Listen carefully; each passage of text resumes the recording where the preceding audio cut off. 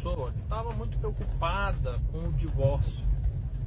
E aí ela me disse assim, falou, Diego, eu não posso dar a carta de divórcio, porque na hora que eu assinar a carta de divórcio, o meu casamento então acabou. Eu falei, por que acabou? E aí ela disse assim, porque a Bíblia diz que aquilo que desligares na terra será desligado no céu. Então, se eu me desligar do meu esposo aqui na terra, no céu também estou desligado.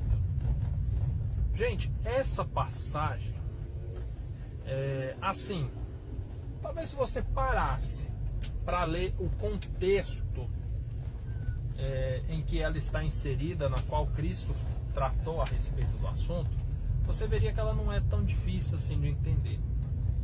E ela também não tem lá tantos significados quanto as pessoas dão a ela, tá? Eu já ouvi, por causa dessa passagem, pessoas dizer assim, que a igreja ela é soberana na vida de uma pessoa. Ou seja, que se uma pessoa, porventura, não for membro, batizado, constante, regular de uma igreja, ou seja, se ele estiver desligado daquela igreja, ele estará desligado do céu. E que uma pessoa, quando ela se inscreve no rol de membros de uma igreja, que ela é batizada e se tornou membro daquela igreja, então se ela for inscrita na igreja, ela está inscrita no céu. E é delicado porque tanto acerca do divórcio, tanto quanto acerca qual que seria a palavra correta? Da supremacia pretendida da igreja, que muitos defendem, o texto não trata a respeito disso, sabe? O texto não trata a respeito disso. Então, acerca desse conceito que ligardes na terra será ligado no céu, tudo aquilo que eles te falaram até hoje, pretendendo uma certa autoridade que talvez o homem possa ter, a ponto de mudar as coisas do céu, nós vamos falar a respeito disso, tá? Primeiro, quando você lê o texto, tá lá em Mateus no capítulo 18, salvo engano 18, pode olhar aí e confirma para mim nos comentários, por gentileza. A primeira pessoa que estiver assistindo, tiver com a Bíblia na mão, vai lá, Mateus 18, e aí coloca para mim se é no 18 mesmo, tá? Mas lá em Mateus 18 fala-se que o contexto inicia-se de Jesus falando acerca do pecado, de uma pessoa que tem pecado, ou seja, que está transgredindo a lei de Deus, e aí você toma ciência disso. E aí a Bíblia aconselha, nas palavras de Jesus, que você vá até essa pessoa, o advirta a respeito do pecado, né, da transgressão que ela está cometendo, a fim de que ela se arrependa, se converta, né, dos seus maus caminhos e confesse ao Senhor. Mas aí Jesus ele traz uma situação hipotética da pessoa não te ouvir, sabe? Te ignorar. E aí logo Jesus deixa bem claro, fala assim, olha, se ele não te ouvir, para não ficar a tua palavra contra dele, leve 2 ou 3 testemunhas, mais uma vez o advirta, né, de seu pecado, do seu erro, da sua transgressão, a fim de que ele se converta dos seus maus caminhos.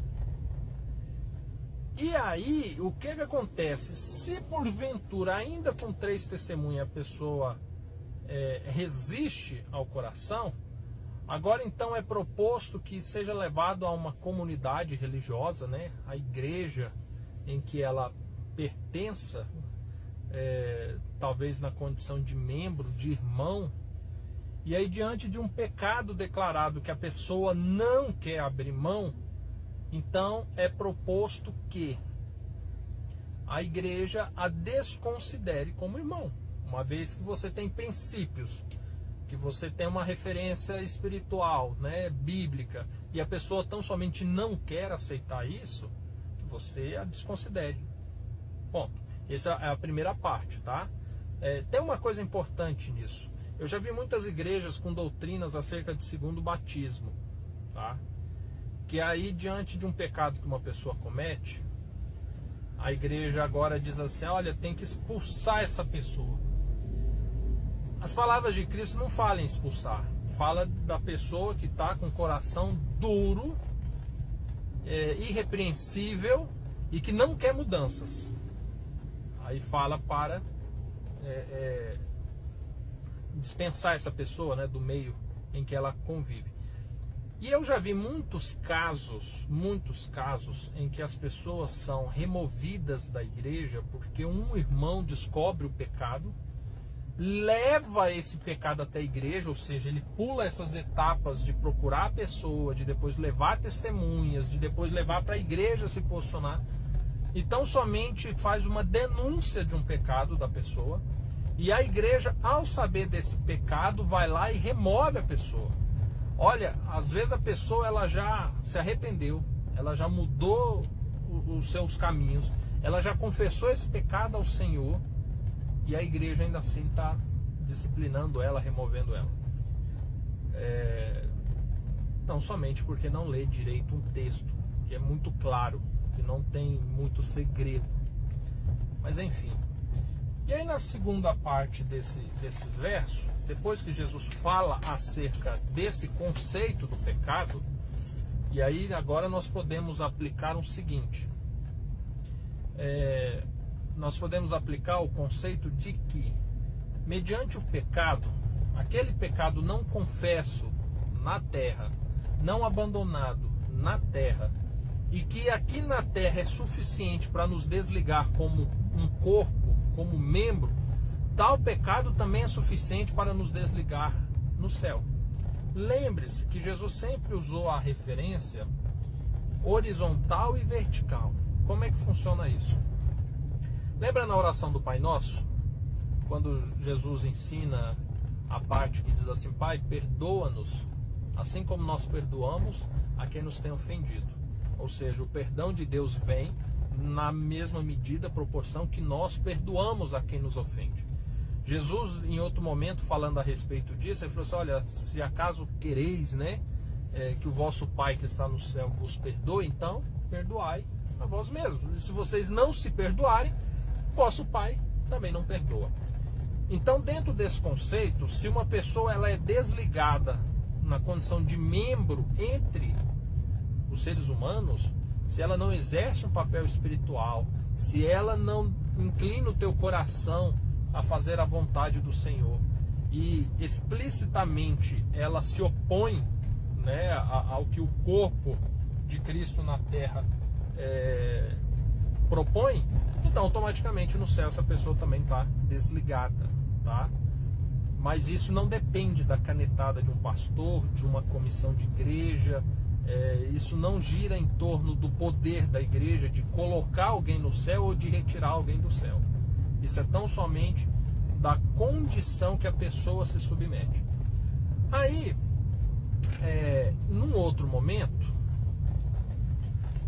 Jesus ele pega e fala assim, quando ele faz essa menção, antes dele dizer essa frase célebre, ele pega e fala assim: olha, e se porventura tiver 2 ou 3 reunidos e orarem em um consenso de algo que vocês querem, o vosso Pai que está no céu atenderá a súplica de vocês.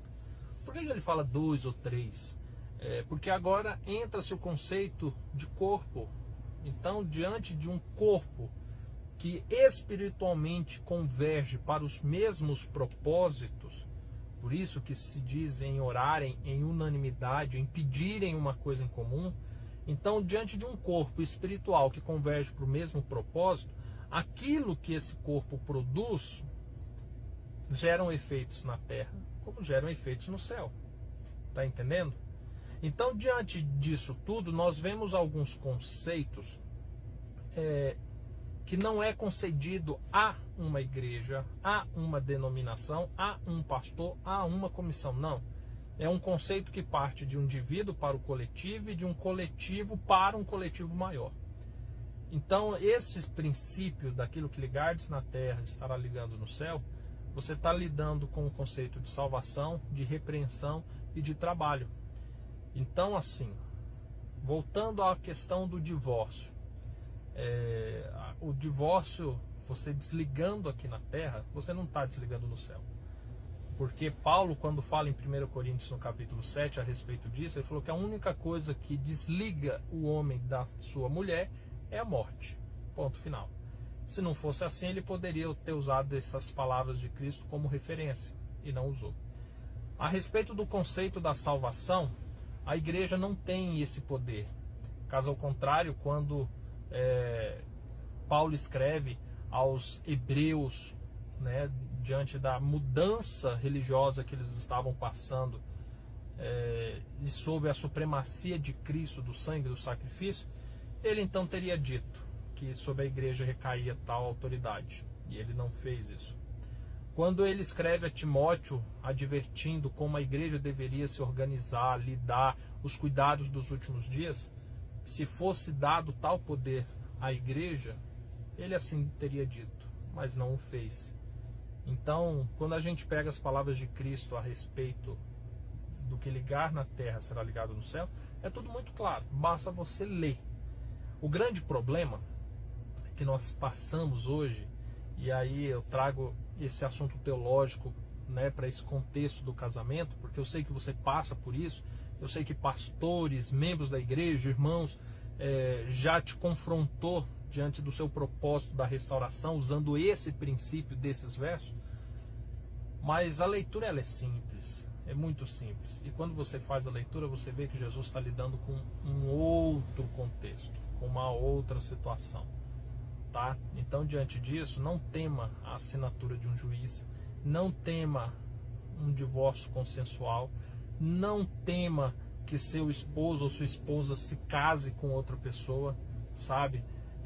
Entenda tão somente que essas atitudes rebeldes são atos, são frutos de pecado, e o seu cônjuge precisa da tua oração, da tua intercessão, porque mais do que você querer buscar salvar o seu casamento, você precisa entender que é necessário salvar uma vida, e é uma vida que vai se perder, porque a Bíblia deixa bem claro que os adúlteros não herdarão o reino dos céus. Então leve isso em mente, tenha um coração humilde, clame ao Senhor pela vida do seu cônjuge. Se porventura existir uma outra mulher ou um outro homem nessa história, ore também, porque é uma segunda vida que está em pecado, e pode descansar em paz, tá? Certo? Que aquilo que Deus uniu, o homem é incapaz de separar, tá bom? Pessoal, tenha um ótimo dia, nos vemos amanhã. Até mais, tchau, tchau.